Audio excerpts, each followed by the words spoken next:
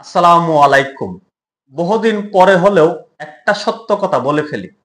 আমাদের বাংলাদেশের আন্তর্জাতিক অপরাধ ট্রাইব্যুনাল এটা ক্যাঙ্গারো কোর্ট, ক্যাঙ্গারো আদালত।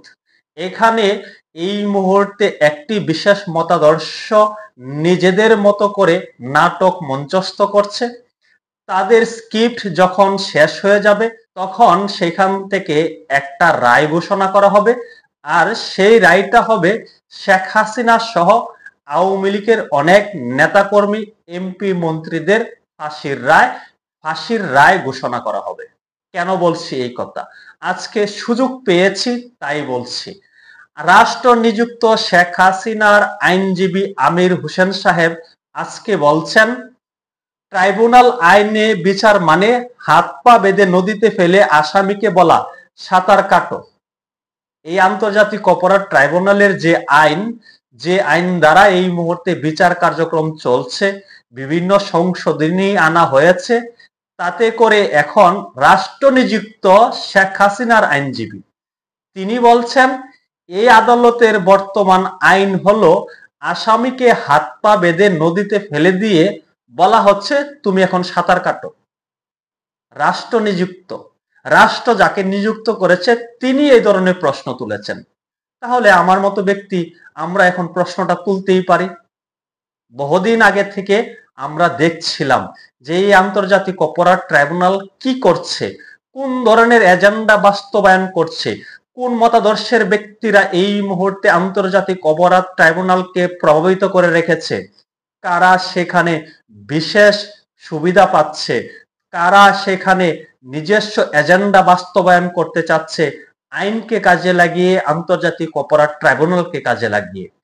শেখ হাসিনার পক্ষে রাষ্ট্র নিযুক্ত যে আইনজীবী আছে তার মতাদর্শ নিয়ে অনেক প্রশ্ন আছে। তিনি কোন রাজনৈতিক দলের ব্যক্তি তা হয়তো আমরা অনেকেই জানি, কিন্তু তিনি আজকে প্রশ্ন তুলছেন।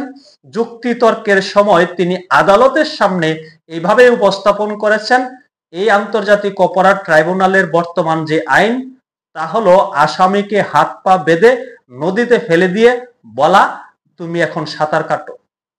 আন্তর্জাতিক অপরাধ ট্রাইব্যুনাল আইনে বিচার করা মানে হাত পা বেঁধে নদীতে ফেলে দিয়ে আসামিকে বলা হবে এখন সাঁতার কাটো। রাষ্ট্র নিযুক্ত আসামি পক্ষের আইনজীবী মোহাম্মদ আমির হোসেন যুক্তিতর্কে কথা বলেছেন। তিনি যুক্তিতর্কের সময় কথা বলেছেন।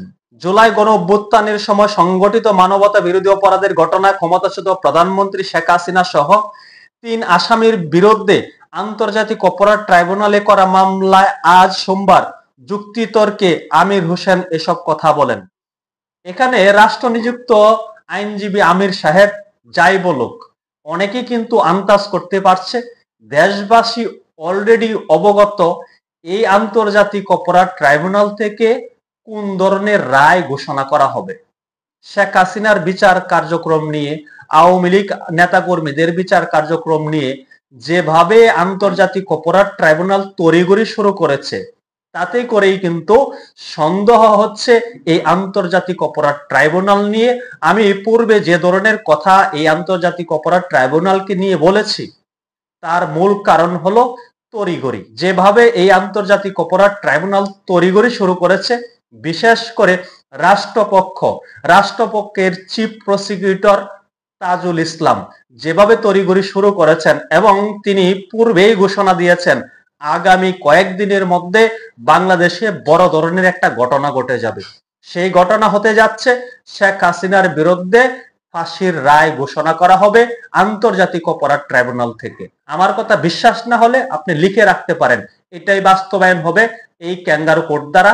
আওয়ামী লীগের সভানেত্রী শেখ হাসিনার বিরুদ্ধে ফাঁসির রায় ঘোষণা করে দেবে।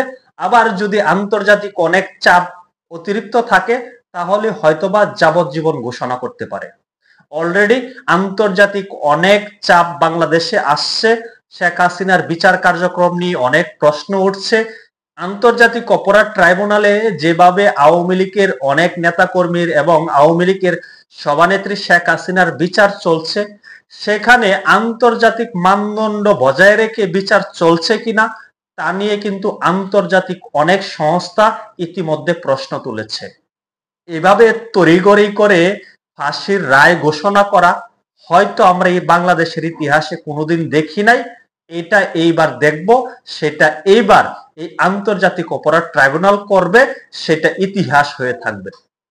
দেখা যাক কি হয়। তবে আমি যে কথাগুলো বললাম আপনার কাছে খারাপও লাগতে পারে, ভালো লাগতে পারে, কিন্তু ঘটনা তো বাস্তব। রাষ্ট্র নিযুক্ত আইনজীবী যেভাবে বলেছেন, আমির সাহেব বলেছেন, তাতে তো এটাই প্রমাণিত হয় এই আন্তর্জাতিক অপরাধ ট্রাইব্যুনাল ক্যাঙ্গারু কোর্ট, ক্যাঙ্গারু আদালত। এটা আমার নিজের কথা না, রাষ্ট্র নিযুক্ত আইনজীবীর ভাষ্যমতে এটাই কিন্তু দাঁড়ায়, এটাই বোঝা যায়। সকলে ভালো থাকবেন। এখনকার মতো এখানে বিদায় নিচ্ছি। আল্লাহ হাফেজ।